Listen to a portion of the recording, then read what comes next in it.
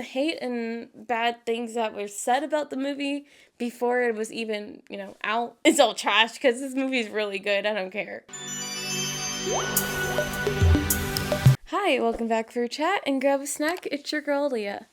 Today we're going to be talking about the highly anticipated movie, The Little Mermaid. From the advertisement, from the initial, trailer for this movie, I thought it was going to be shit. I went in there just prepared for something. I was going to see a movie. Disney doesn't have the best track record for their live action films. Everything has been a little, look-wise and movie-wise, been a little rough lately. But I have to say, this movie was honestly amazing. Just like Ariel in the new live action movie, I have locks. I just got these bad boys in, and I'm officially starting my lock journey. Hopefully I can show you guys more of the journey on YouTube. And I do have a video coming out going over a bit more of how I got here. But it's so cute. I really like it. Tell me what you think about my hair in the comments. We begin The Little Mermaid with Prince Eric. He's on a ship with a bunch of dudes, and they're doing dude ship stuff. And Prince Eric, at first glance, he was giving Kristoff, right?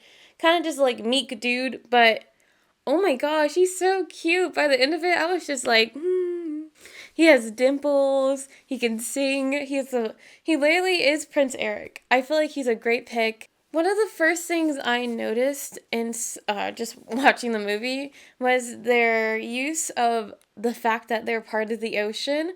Like, first glance, when King Triton sat down, you noticed that his cape was a school of fish.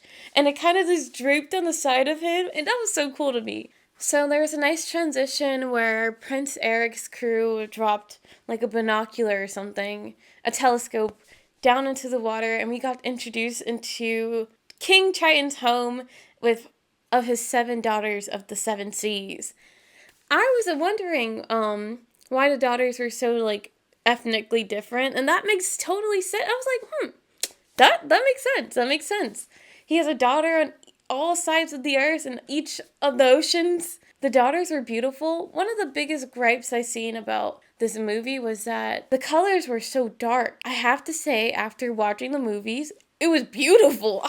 The colors were there for sure, especially when they get out of water, especially during the singing ensembles. I almost feel like all the hype for the movie, all the hate train and all the bad promotion pictures that we saw were publicity. We got gypped. This movie is really good. So we finally get introduced to Miss Ariel, Miss Halle Bailey. Gorgeous. She's hanging out with Flounder.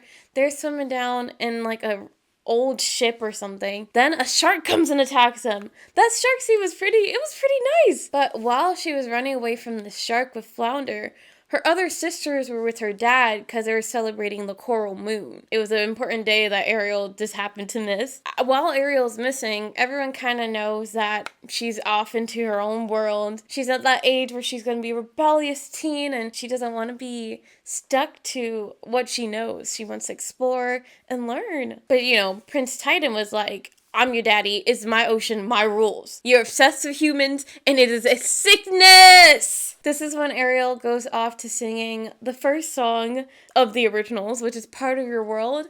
I've heard the ending of it, and I was like, I didn't really know how I felt about it. I mean, other than the fact that she can sing really, really good. That's no-brainer. That's why she got the role. Part of Your World, I rated it a 9 out of 10. It literally felt like a siren song. It was like your soul was being pulled to be captivated for the next 2 hours. If I was on my wits' end and I heard her singing that in the ocean, I was ready to jump off the boat. Man down, man overboard. And don't pick me back up because I'm part of your world. Oh my God, it was so good. So she starts noticing the humans and stuff, and we're back to Eric's boat. Eric's boat got into a little Titanic situation, but with a rock, and Everything caught fire instantly and they just had to abandon ship. All of Eric's crew was able to get on the boats, including his dog Max, but everyone got on the boat except for Prince Eric himself. Prince Eric was saved by Ariel, just like in the original movie. I like the mermaid mechanics of her body in the ocean. That was really cool too. It made sense. Everything made sense, even how the animals look. But Ariel brings Eric back to shore, and I don't know if I'm mistaken, or if I missed this from the original.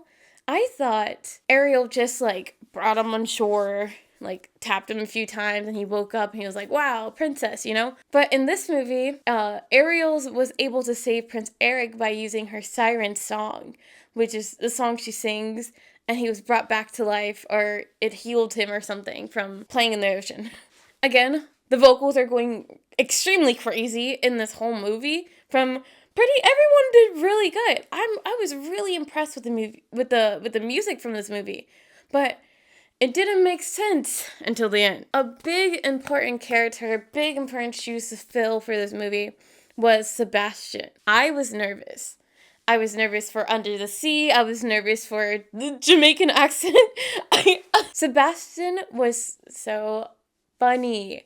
He was throwing in, like, Jamaican, like, family lines, like, what do you say? Guilty is as guilty looks. And I was like, ooh, he's right, though. I don't know if it's just because, like, most of the Disney movies kind of were parallel of each other, but his role in this movie reminded me of the Hornbill from Lion King. Under the Sea, the song, I rated it 10 out of 10. It enhanced everything that you could have imagined from the original, ensemble with it. For example, we got to see so much sea life. Like, we got to see slugs, we got to see these flower fish or whatever. It was very cool. I think, and then you got to see everything under the sea. Like, he was convincing. And then Ariel got to join in the song too. And her part was, like, enchanting still. It was a great time. Me and Watson were just like, under the sea. Under the sea. Eric's foundation's a bit interesting in this movie. Eric's mother is black, and she believes that the water gods are against them, and they're eroding the land to take their ocean back. Eric was brought to her by a storm, and she was fearing that after the last few storms and shipwrecks and hurricanes, she was fearing that a storm was about to take her boy back. And honestly, after seeing the next few, like, things that happened just alone in, like, the span of 3 days, I have to say she may be right, because Eric's get caught in the water multiple times, like flipping over boats or, like, getting dragged back out into the ocean again. Even at the end, the ocean's taking him away. So maybe she had a point. But Eric, his main goal is to just explore the world and find what they're missing so they won't be left behind. He believes in sharing cultures and, like, understanding, like, other people's perspectives of life. So that's why they were really good parallel against each other. Like how Ariel had her little private study of human thingamabobs, Eric had his own thing for, like, sea life and marine thingamabobs. We got to hear a song from Prince Eric, and it was a bop. I was sitting there, I was like, this literally looks like he's about to start singing Bet on It from High School Musical. Like, he was walking around just like, ugh. He got vocals though. It also reminded me of the song Out There from Hunchback of Notre Dame. Like, his soft tone, but, like, strong message and power vocals. I liked it. So ever since Ariel got to that first meeting with Eric, her mind was just convinced, like, humans are the best thing since sliced bread. She starts collecting even more things, even some items from Eric's ship that crashed, like, she brought it over to her place. Everyone started noticing how Ariel was a bit, more out of water than she usually is. And the girls were thinking, oh, she's just growing up, maybe she got a new boo thing. So Daddy Trident was like, you know who would know this tea? My dog Sebastian. So he calls Sebastian over. He's like, yo, Sebastian, I heard my daughter come here. She been seeing something, seeing new lovers, boyfriends.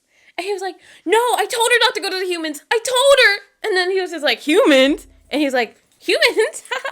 Who said anything about humans? Her daddy found out. Sebastian's a snitch, and Trident went to Ariel's hideout and started blowing up the spot. I was just like, this is kind of extreme. It reminded me of many situations, like, of bad parents who, like, try to, like, get their child to go one way, so instead they destroy the world that their child is, like, gravitating to, which pushes them even more forward into that world. Like, if you were to say, no more video games, you take the video game, you take the PlayStation, you smash it, you scratch it, whatever, your child's just gonna be more pissed at you and more willing to the next person that offers them, play with a joystick or something. Auntie Ursula pops in, this eel bubble. I thought that was neat. Oh, I can help you. Just come down to my place and I will get you exactly what you want. You want that boy? I can get you that boy. Ariel and the henchmen go down to Ursula's place. And I'm just like, she's been too sheltered because of Ursula's, as soon as she went into her little area, there was flowers shaped like hands trying to grab her at the throat and skulls mounted against the walls. And I'm like, how about we leave? But she goes anyways, anything for that human. So Ursula was another big character with shoes to fill. I felt like Melissa McCarthy did a pretty good job. There was a few things that I was just like, but you kind of get used to, like, watching plays and stuff, watching a person become the character rather than expecting this character to fully mold onto a person, I love the use of her tentacles. Like, in the song, she's like, you want some love, and she's doing this, and then her other tentacles are making a heart around her. That was really cool. They do the song, Poor Unfortunate Souls. I gave it a 8.5 out of 10. It was good. Parts of it was a bit more bumpier than my ears wanted, and I expected a bit more pull. Like, Watson had to remind me, like, the first half of the song, it was kind of just like, I'm not convinced yet. But maybe that's the point. So, they make the deal. Ariel will get her legs, but she'll have to give up her voice, and she would have to make a kiss with the prince within 3 days. But Ursula was like, I got another little trick up my sleeve.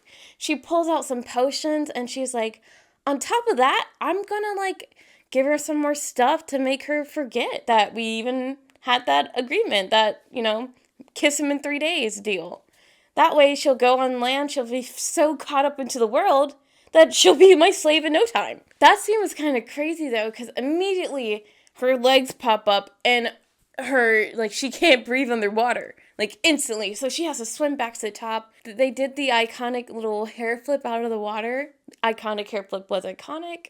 Check. Ariel is brought to the castle without a voice. This part was very, very interesting movie-wise because they gave her a new song where she was kind of like a play on Part of Your World, where she's wondering about the fire in the books and learning, and she's seeing everything now and experiencing it in real life, but she's not able to speak or sing, but the whole song is happening in her head. She's like, look at this fire. Oh, it's fire. It's very musical. Like, Holly's facial expressions, she's not speaking. She looks beautiful. There's even a part where it kind of cuts into, I don't know what you call it, but the character is pulled away from the scene almost, where everything looks dark and the people are still, like, fixing her outfits and her hair and everything and giving her a bath. And she starts actually singing and, like, turning with the camera. And I was like, oh my God. The music and the visuals were everything for this movie. I don't understand. Sebastian, Scuttle, and Flounder. They're all trying to team up together to find a way to get them to kiss, Ariel don't remember, and now they gotta convince this dude who's still trying to find the girl that saved him. Hello, buddy. She's right in front of you. Eric was showing her around their little map earlier in the day in his private study. And one of the places he mentioned was the Blue Lagoon. They end up going to the Blue Lagoon on a boat ride, and this is where the song Kiss the Girl was initiated. I was really nervous for this one because I thought the first Kiss the Girl, like, movie-wise, was pretty magical. There are some things that I could critique, but honestly, it kind of makes sense how they did it. They had the strings and percussion and things sound more, like, natural. So they had, like, birds or crickets, like, percussion, And it was so funny to see Sebastian crawling around the boat trying to like kiss the girl. I know you wanna get in there, you know? He's like underneath hats, he's climbing on his shoulder. He's like, go in there, kiss her. When they're about to kiss, they get cock blocked by the eels, which knocks over their boat, and then they go back to the castle. That song, I give it, I want to say 9 out of 10. It was very enjoyable. They make their way back to the castle. They're all soaking wet, but the way they're looking at each other just feels like, wrap the movie up, get married, it's already over. I want this in real life, you know? You know, Ursula sent her little homeboys to go block Ariel from that kiss. Obviously, she's taking a look, and she's like, how is that little tramp getting her way still? And I took her voice. You know what? I had a secret potion I want to add on top of this one. So she's like, they're going through the cabinet. She's like, where is it? Where is it? And then it floats by. She's like, oh, there it is. Oopsies. This potion is what helps her transform into the beautiful Ursula. And the woman who plays this one was very convincing. She was beautiful, of course. But when she had to do that face crack switch, I was like, whoa, get away from me. She's like on the ground screaming. She's like, get away from him. Oh my God, it was crazy. New Ursula comes to the island. She has Ariel's voice in like a necklace. And she's like, hi, Prince. Ah. You know, she sings a song. And then he's just like, you are the girl I was looking for. Forget Ariel, let's get married. And Ariel's just like, I'm leaving. What? She literally leaves that day. I thought this was funny because Prince Eric, after he already announced he was going to propose to his other girl. He goes to his like right-hand man. Have you seen Ariel? And he's like, Ariel left. He's like, what? Bro, you just announced you're getting married to someone else after you took me on a date to call me a little mermaid. So I don't know what was the miscalculation. He's like, I don't really know what I want. Oh. But it's only because he was, like, trapped in the love spell that Ursula put on him. So I guess we'll let it slide this time, but that was funny. New song alert. So we got a song from Scuttle called The Scuttlebug. And I'm usually not a fan of Awkwafina, but this song just redeemed her whole, like, thing for me. And I was just like, Awkwafina, how was she able to manipulate my brain into making me forgive her? And, of course, it all made sense when the credits rolled up and I saw Mr. Lin-Manuel Miranda was behind the music. And I was like, oh, of course, it all makes sense. Lin-Manuel Miranda is literally a mermaid. Like, he created Hamilton, and if I were to hear Hamilton off the side of a boat, I would have jumped off. So I feel like there's some connection there too. Such a bop. I may add it to my playlist.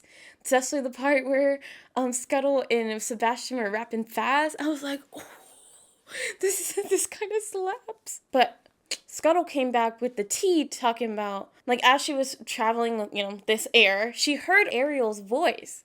But as she was going towards the voice, she saw a charm that the voice was coming out of, and Ursula putting that charm around her neck. And so they thought to get the idea to, you know, yank that bad boy off and expose her for the witch she is. Because Eric has introduced the new Ursula as the woman who saved him, everyone's just like, oh, you weren't crazy all along. This is the woman. This is that girl. The mom was just like, oh, my son, you aren't crazy after all. Let's hurry up and get you guys wedded together, married tonight, almost. Like, Jesus Christ, it was very quick. And the pacing towards the end was very quick in general. But this part was kind of funny. I wasn't expecting this. I was wondering how they were going to able to do that neck snatching. Eric and new Ursula are just standing side by side at their little wedding party when Ursula come running, and then she tackled Ursula, and she started beating her ass, and it was like, whoa! I thought this was a Disney movie. Looking like Creed 4 over here. They started tussling, and she was able to rip off the necklace. She broke it on the ground just like they did in Princess and the Frog, and it broke, and you saw her little voice orb start flying out, and it went back into her voice, and then Eric was like, you were the girl. Duh, how can I see this from like so far away? You knew all that ocean stuff so weirdly. The only girl I've been interested in since the beginning. It's like, not so fast. The happy ending is not there yet. They're about to kiss when the sun sets and it's the third day. Ariel becomes a mermaid again. All the town peoples are just like, sea monster! Like in Luca. Ursula takes her chance to grab Ariel and take her back to the ocean because like she said, we made a deal. Poor unfortunate soul, that's you. The time is out and you are now my slave. She's down in the ocean, trying standing there, just like, where are you going with my daughter? And then Ariel's just like, yeah, daddy, take me home. I'm done. This lady's crazy. Take me home. And Ursula's just like, well, your daughter signed a blood oath. So a deal's a deal, my guy. Unless you have something to trade. And I was just like, okay. He hands her the trident. I was like, oh, I guess that's a fair trade, daughter for trident. And then the eels take trident. And then they start like mangling his body or whatever. And then he dies. And I was like, ooh. I don't remember this in the first movie. Please forgive me if this is part of it, but I was just like, maybe seeing it again in that way was just like, his body kind of decayed and just went to the bottom of the ocean. And then, Ariel was free.